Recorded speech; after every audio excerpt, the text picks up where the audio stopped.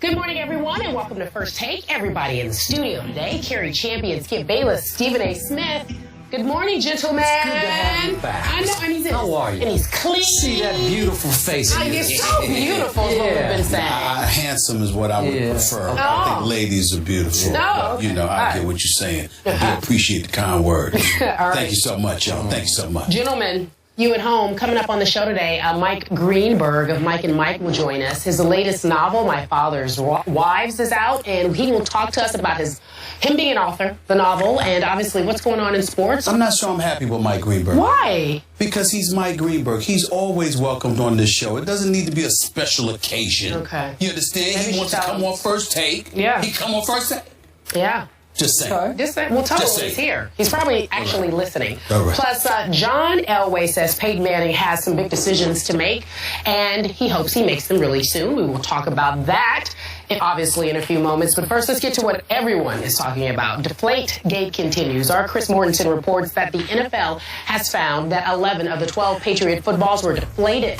League sources involved and familiar with the investigation on Sunday's AFC Championship game told Mortensen Monday night a Patriots spokesperson says they are cooperating. It has not been determined what, if any, penalties may be imposed on the Patriots. One source described the league as, quote, disappointed, angry, distraught. The balls are required to be inflated between 12.5 and 13.5 pounds per square inch and weigh between 14 and 15 ounces. The investigation found that they were underinflated by 2 pounds. The NFL has yet to comment, but if they do determine there was some ill will, how should they be punished? That's the question. Skip Bayless. Stephen A. Smith, they should lose this year's first-round draft choice, just as they did as part of the Spygate penalty. And this year, as it was that year, it would wind up being 31st or 32nd in this upcoming May's draft. Yep. This is such a blatant violation of this rule. And the Patriots do, we know, have a track record. And now that the Patriots are back on the biggest and most important stage in American sports, the Super Bowl stage, I think the NFL has no other choice but to come down hard and hit this team where it hurts most, and that's to take away their first-round draft choice. Now, on balance, and we will discuss this more and more as the show goes on, the league does allow a lot of leeway in how each team gets to prepare its footballs for games, home and away. Each team gets about a dozen balls that it can start preparing back in August for every home and away game. You can soak them repeatedly. You can scrub them and scrub the gloss and the floss off of them. You can break them in however you want. But as you point out, uniformly, they must have this much air pressure and they must weigh this much. Mm-hmm. And according to Chris Mortensen, 11 of these 12 balls were 2 pounds of air pressure lighter than was supposed to be. That seems pretty significant to me. And according to Chris Mortensen, the league is angry and it is distraught over this, and I think it should be. Now, again, on balance, do I think if Tom Brady's footballs had been uniformly pressured and weighed the uniform amount, do I think that the Indianapolis Colts would have won that football game in Foxborough? That is laughable to me. It was 45-7. Absolutely. I do not think it would have changed the outcome of the game. But again, given the Patriots' track record, the Super Bowl stage, and that this was a blatant violation of a rule that we could still debate, but it is a rule, you got to take away their first-round pick and hit them where it hurts. Skip Bayless, let me say this. First things first. I saw Indianapolis Colts players, a couple, I don't recall their names, tweeting about, sure. Do we play the game over, whatever. With all due respect, shut up. You got embarrassed, 45-7. Yeah. LeGarrette Blount ran all over you, okay? Yeah. I don't want to hear that. I don't want to hear anything from the Indianapolis Colts. You got bounced, you got embarrassed. Be quiet, shut up. It's irrelevant to you because you didn't show up to play in an AFC Championship game. Nobody wants to hear from them. Mm-hmm. Having said all of that, I have been one on the record. I didn't think that this was a big deal. Thinking a couple of balls were underinflated or what have you. I'm thinking people are hating on the New England Patriots and Spygate and folks can't let stuff go. No question. That was my mentality. I must confess to you that when I saw that 11 of the 12 footballs were underinflated, that reeks of intentional deception. It reeks of cheating.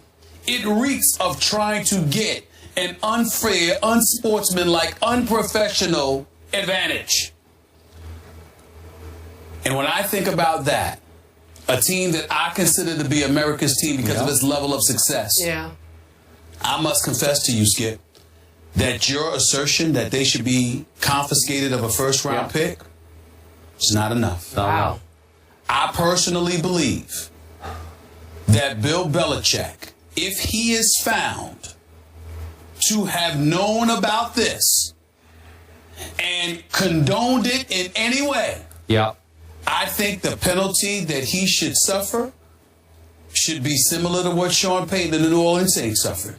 He should be suspended for the entire year next season. Okay. Not for the Super Bowl. Not for the Super Bowl. Okay. Oh, no. Okay. Oh, no. I'm trying to win the Super Bowl. We'll deal with all that other stuff later. I'm not trying to suspend Bill Belichick for the Super Bowl now. But I'm suspending him for a minimum of 8 games. And in my opinion, if he is found to be directly involved in this act, he should be suspended for the year. Okay. Because when you point to the integrity of the game, all right, that's fine. I mean, I'm just saying, the only reason I bring up the year is because Sean Payton was going for the year. Sure. Now, granted, that had something to do with him lying to the commissioner's face. Are you doing Belichick's track record here or just this violation? I'm doing a combination of Spygate, how you suffered from that point, what the commissioner warned you about, and how you have now turned around and done this in an AFC championship game, which forced the NFL, in my opinion, because I wouldn't have done it, it forced the NFL to literally compromise the Super Bowl. The Super Bowl, I mean, it's a national holiday here in America. Everybody's going to be watching the Super Bowl. Sure. How in God's name do you put yourself, this team, this sport, this country, in a position where we're talking about this story going into the Super Bowl? How do you let this happen? Now, if it's a mistake, then that's different. You know, the buck stops with you. You're the leader. You have to be held accountable. So there's some punishment that should come your way. And I get that. But I'm talking about if we find out that Bill Belichick's say was Greg Williams, the defensive coordinator for New Orleans, who had really advocate Bountygate to some degree. You know, he was the major culprit in it all. Sean Payton's crime was that he lied to the commissioner's face. Not that he was directly involved. Let's clarify quickly. Okay. That was the NFC Championship game in question. Brett Favre, Minnesota Vikings at Saints at the Superdome. And in that game, they were found to have offered bounties to knock Brett Favre out, to hurt him and knock him out of the game. Okay? You would be paid if you knock him out of the football game. Got it. Okay, to me, is that a worse... Is that a worse offense than this one? No, I was going to say crime. That is a worse offense, but I want to clarify what we're saying here in terms of my position. I'm not even gauging it that way as it pertains to Sean Payton because it was really Greg Williams and Sean Payton was an overseer and turned a blind eye, deaf ear, and was just coaching the team. But you lied to the commissioner's face. That's the issue. What I'm saying is the reason why Bill Belichick warrants a 1-year suspension if indeed he is found to have been directly involved in this deception. Only under those conditions. If he is found to be directly involved in this situation. The reason I advocate a year is because Sean Payton got the year. He did. And it was just Chris Mortensen is reporting, and I was discussing this with Skip. He's reporting that the reason that this even came to the attention of the league officials was because when the Patriots played the Colts in Indy, Mike Adams caught a ball. He handed it to the interception. Gave it to the equipment manager. And their equipment manager immediately noticed that the ball was under inflated. Which is how it came to pass this game. Exactly. DeQuell Jackson's interception and once off again, Gronkowski. So he knew. He said, wait, this ball seems a little flat. A little flat to me. So if they knew and the refs didn't know, I find that, one, that's something that we should consider. And two, does that even bolster your argument that he should be gone even longer? But the refs would have been notified before this game. AFC Championship. 2 hours and 15 minutes before the game, the referees do their inspection. The fact of the matter is that anything that transpired with these balls was in the aftermath of that inspection. So the point is, it was clear deception that took place here. And obviously the Patriots should be punished in some capacity.